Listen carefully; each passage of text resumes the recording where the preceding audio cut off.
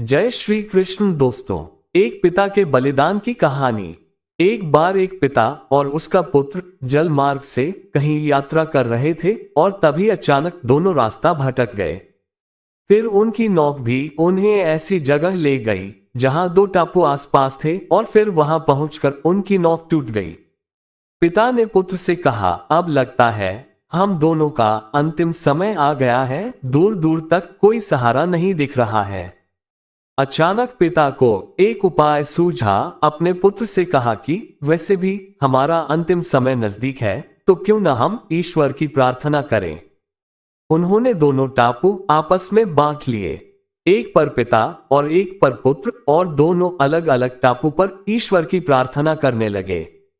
पुत्र ने ईश्वर से कहा, हे भगवान, इस टापू पर पेड़ पौधे उग जाए जिसके फल फूल से हम अपनी भूख मिटा सकें। ईश्वर ने प्रार्थना सुनी, तत्काल पेड़ पौधे उग गए और उसमें फल फूल भी आ गए। उसने कहा, यह तो चमत्कार हो गया। फिर उसने प्रार्थना की, एक सुंदर स्त्री आ जाए जिससे हम यहां उसके साथ रहकर अपना परिवार बसाएं। तत्काल ही एक सुंदर स्त्री प्रकट हो गई। अब उसने सोचा कि मेरी हर प्रार्थना सुनी जा रही है, तो क्यों ना मैं ईश्वर से यहां से बाहर निकलने का रास्ता मांगे लूं। उसने ऐसा ही किया।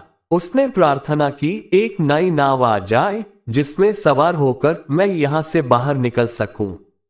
तत्काल नाव प्रकट हुई और पुत्र उसमें सवार होकर बाहर निकलने लगा। तभी एक आकाशवाणी हुई, बेटा तुम अकेले जा रहे हो, अपने पिता को साथ नहीं लोगे। पुत्र ने कहा, उनको छोड़ो, प्रार्थना तो उन्होंने भी की, लेकिन आपने उनकी एक भी नहीं सुनी। शायद उनका मन पवित्र नहीं है, तो उन्हें इसका फल भोगने दो ना। आकाशवाणी ने कहा, क्या तुम्हें पता है कि तुम्हारे पिता ने क्या प्रार्थना की?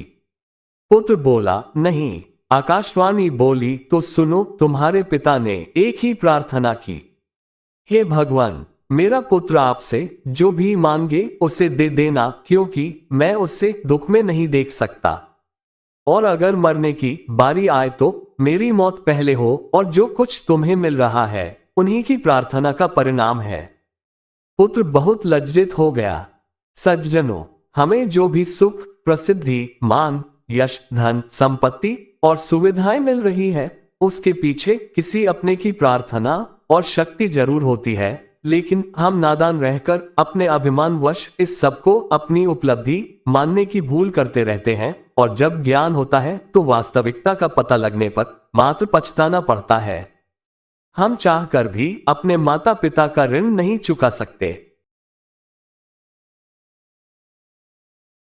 तो दोस्तों, पिता और पुत्र की मोटिवेशनल कहानी आपको कैसी लगी, हमें कमेंट बॉक्स में लिखकर जरूर बताइए। और अगर आप हमारे चैनल पर नए हो तो चैनल को सब्सक्राइब अवश्य कर ले, और वीडियो को अपने दोस्तों व परिवार वालों को भी जरूर शेयर करें।